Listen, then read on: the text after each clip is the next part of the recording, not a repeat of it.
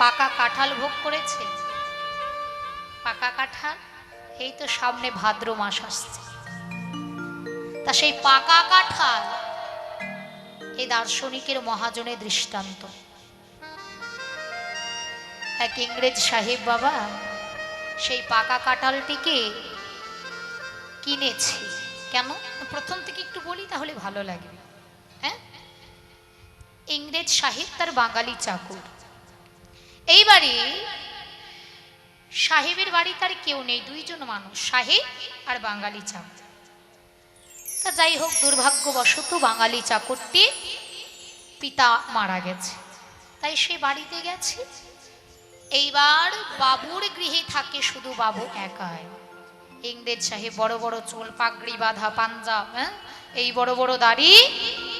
এইবারে বাবুর মন খারাপ, কেউ নেই গল্প করার মতো, তাই বাবু বাজারে গিয়েছে। ভাদ্র মাস, তাকে এই বড় একটা পাকা কাঁঠাল একেবারে ঘ্রাণে ছড়াছড়ি। দেখো ইধার, এই कंचे इधर बाबू, यही कटहल है, बहुत मीठा फल। বাবু কি করেছে না, ন্যায্য মূল্য দিয়ে কাঁঠালটিকে কিনে নিয়ে এসেছে। কিন্তু বাবু কি আদেও কাঁঠাল খেতে জানে? ওরে বাবা, চাকরে খাবার মুখের সম্মুখে তুলে দেয়, বাবু শুধু ভোগ করে, বাবু তো আদেও কিছু জানে না। কথায় আছে, আবেগের বশীভূত হয়ে কোনো কাজ করতে নেই, বুঝিয়া করিও কাজ, করিয়া বুঝিও না। হতে বাবু কাঁঠালটি কিনেছে আবেগের বশে, এখন বাবা কে তাকে ভেঙে দেবে আর কে তার মুখের সামনে তুলবে? চাকর তো নেই, কিন্তু এ তো পাকা কাঁঠাল, যত সময় যায় তত ফাটল ধরে রস বেরিয়ে আসে। বাবু একটি অঙ্গুলি দিয়ে রসটিকে চেটেছে, জিউ ভাই বহুত মিঠা। তখন কি করেছে, স্বাদ লেগেছে, একেবারে কাঁঠালের খপ করে কাঁঠালের ভেতর হাত ভরেছে, খপ করে টেনে এক খবল মুখের ভেতর। আরো ভালো লেগেছে, একেবারে দুহাত ভরে দিয়ে খচ মচ কিছু ফেললো, একেবারে চোখে মুখে না শেষে নেই। ভালো লেগেছে, খেলো বটে, কিন্তু জানে অবস্থাটা কি হলো? দুর্ভাগ্যবশত চোখে মুখে হাত দিয়েছে, তো তা মাথায় দাড়িতে হাত পড়েছে, একেবারে জয় নেতাই হয়ে গেছে। তার মানে পিরিতি কাঁঠালের আঠা লাগলে পরে ছাড়ে না। একটা গান আছে না বাবা? তা বাবু কি করেছে,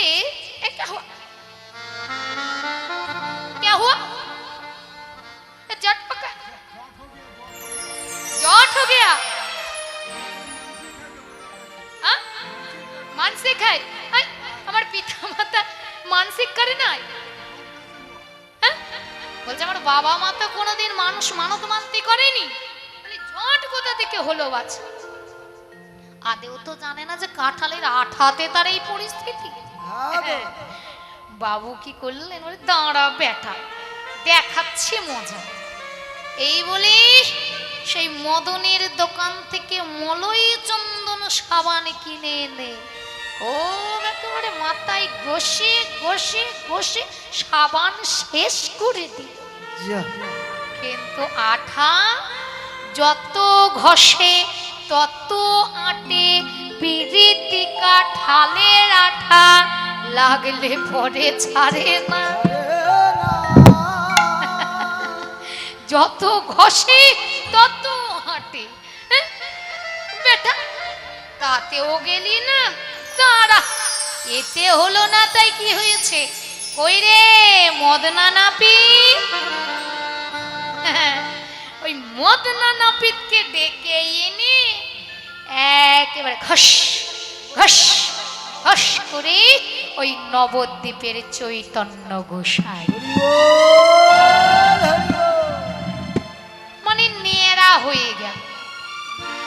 এইবারে ন্যাড়া হয়ে বাবু মনের দুঃখে এতদিনের সাধনা করা তার সেই কেশ রাশি, পাঞ্জাবদের বড় বড় চুল পাগড়ি দিয়ে থাকে, হ্যাঁ, বড় বড় দাড়ি, সাধনা করা চুল দাড়ি, সামান্য একটু কাঁঠালের লোভ সামলাতে না পেরে আজ এই অবস্থা। হরিব, সব শেষ। বাবু আমার মনের দুঃখে চেয়ারে বসে আছে। আর সেই দিন সাধ্য ক্রিয়া সমাপ্ত করে চাকরটিও বাড়ি ফিরে আসছে। কিন্তু চাকরটি বাড়ি ফিরে আসছে, তার মাথা কি হয়েছে? চাকরের মাথা সাধ্য ক্রিয়া করেছে তো, বাবা মারা গেছে, সেও নেয়া। আর পাঞ্জাব সাহেব সেও নেয়া। অদূর থেকে মানে চাকরটি মনে মনে ভাবি ও তো বাবুর চেয়ার, তাহলে বসলো কে বাবুর চেয়ার? দেখতেও তো বাবুর মতো, মুন্ডন কি নেড়া কেন বাবু?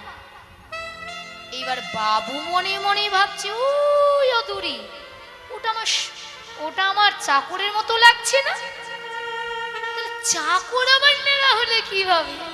তখন সাহেবটি কি করছে জানেন?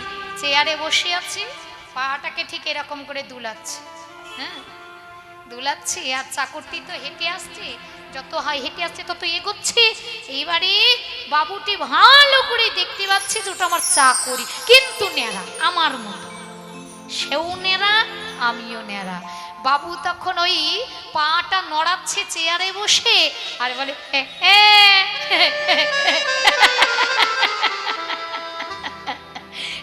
बाबा हम भी कटहल खाया तो तुम भी कटहल खाया।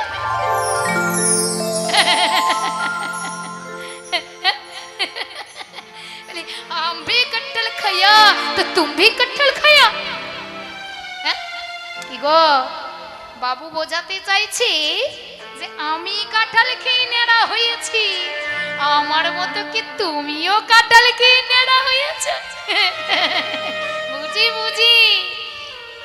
গো চাকর বলে বাবু, ও বাবু শোনো, হ্যাঁ আপনিও নেড়া আমিও নেড়া, দুজনে দেখতে এক হলেও আমি কিন্তু কাঁঠাল খেয়ে নেড়া হই নাই।